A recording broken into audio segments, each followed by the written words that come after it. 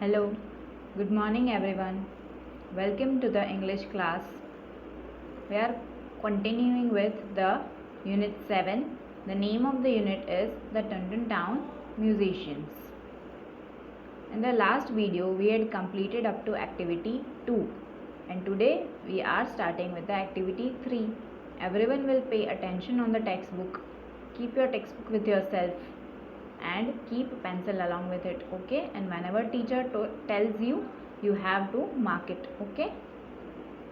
Everyone will see on the screen what is written here. Do you know animals make sounds? Work in pairs and draw a line to match each animal with the sound it makes. So we all know that animals make sounds, right?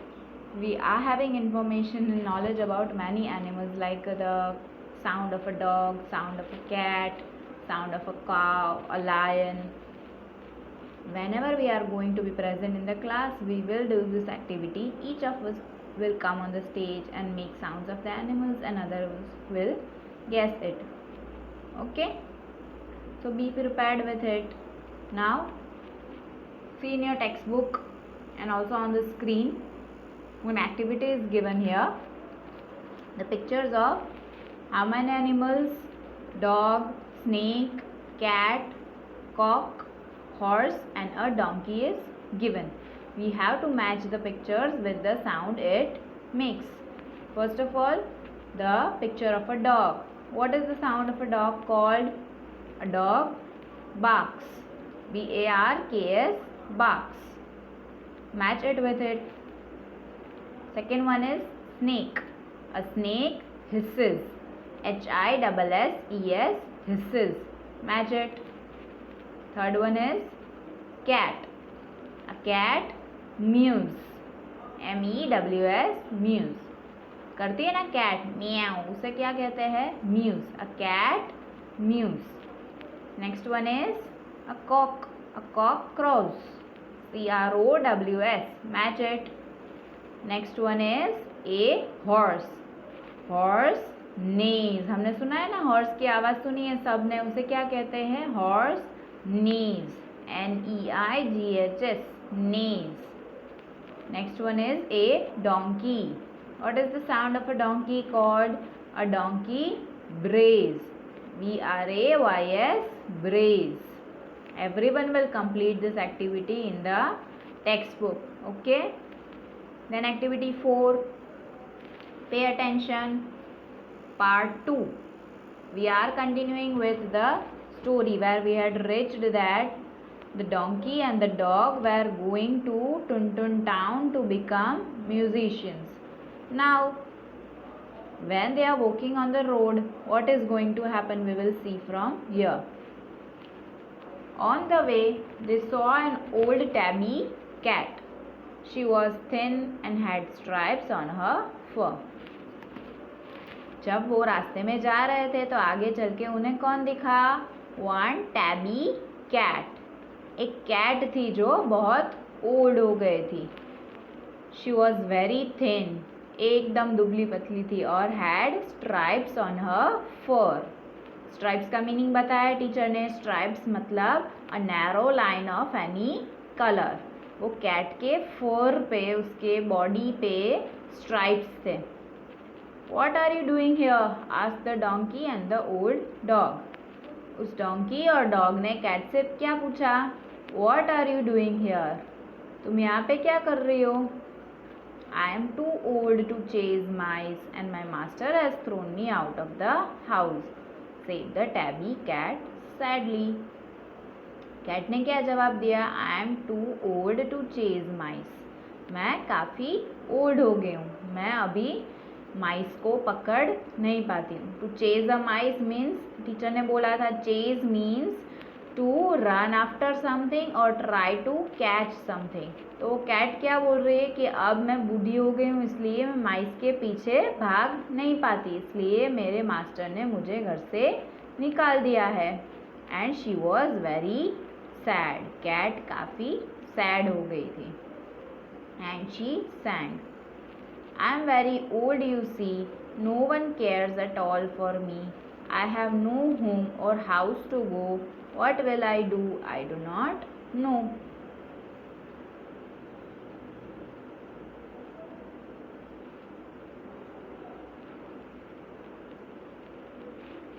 See here in this poem, we are getting this poem 4 times as all the animals are singing this one by one. So what are we noticing here? We are seeing the rhyming words in each 2 lines. In the first line, I am very old, you see, no one cares at all for me. So what are the 2 rhyming words here? See and me. SEEC ME me. फिर क्या है? I have no home or house to go. What will I do? I do not know. अब क्या बोल रहा है वो poem में कि मेरे पास कोई घर नहीं है जहाँ पे मैं जा पाऊँ. What will I do? I do not know. मुझे नहीं पता कि अब मैं क्या करूँगा. हमने ये डिस्कस की ऑलरेडी पोएम का मीनिंग, राइट. तो इस 2 लाइन्स में हमें कौन से 2 राइमिंग वर्ड्स दिख रहे हैं लास्ट में? GO गो और KNOW know. So everyone will keep this in mind. These are the rhyming words in the poem. Now moving ahead, see here everyone, what is written? Why don't you come with us to Tuntun town to become a musician? said the donkey. अब donkey ने क्या पूछा उस cat से कि तुम हमारे साथ टुनटुन टाउन चलोगी? हम लोग तीनों जाएंगे. पहले कौन कौन जा रहा था? Donkey and the dog. अब उन्होंने ऑफर किसको किया? कैट को ऑफर किया कि हम लोग जा रहे टुनटुन टाउन म्यूजिशियन बनने के लिए, तुम्हें चलना है.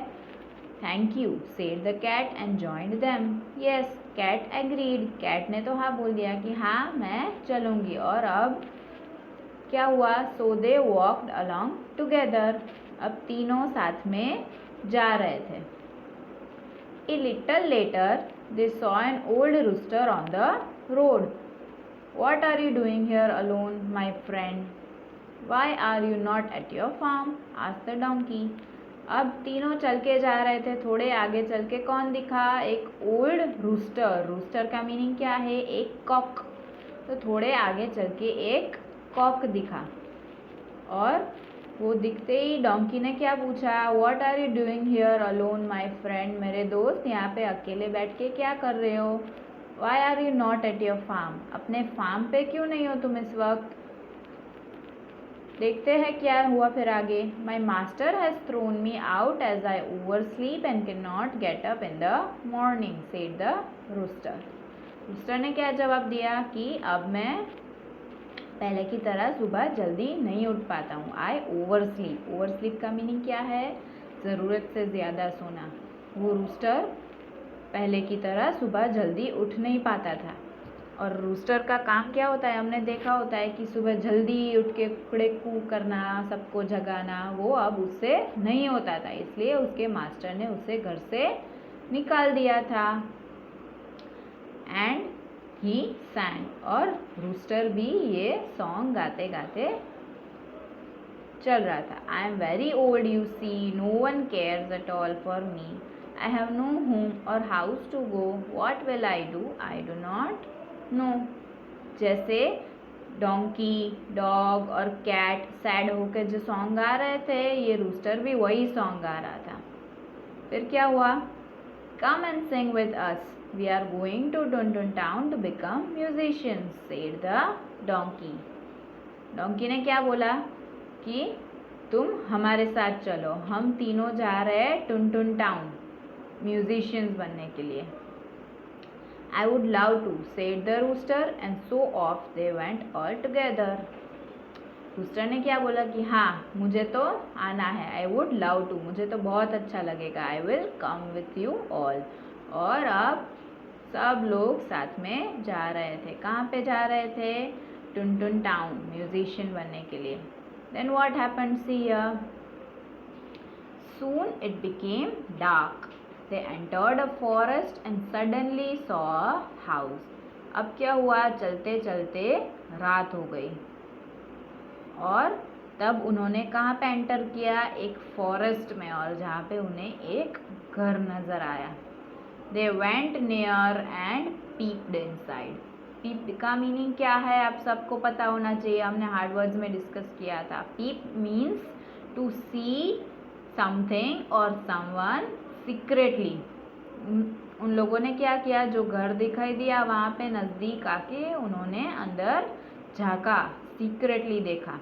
They saw 4 robbers sitting by the fire and eating nice hot food. उन्हें कौन दिखा, 4 robbers. Robbers मतलब कौन, the person who steals something. वो person जो कोई चोरी करता हो उसे रॉबर कहते हैं। तो ऐसे 4 robbers नजर आए उन्हें घर में, जो बॉन फायर करके उसके आसपास बैठे थे और एकदम गरम गरम अच्छा अच्छा खाना खा रहे थे।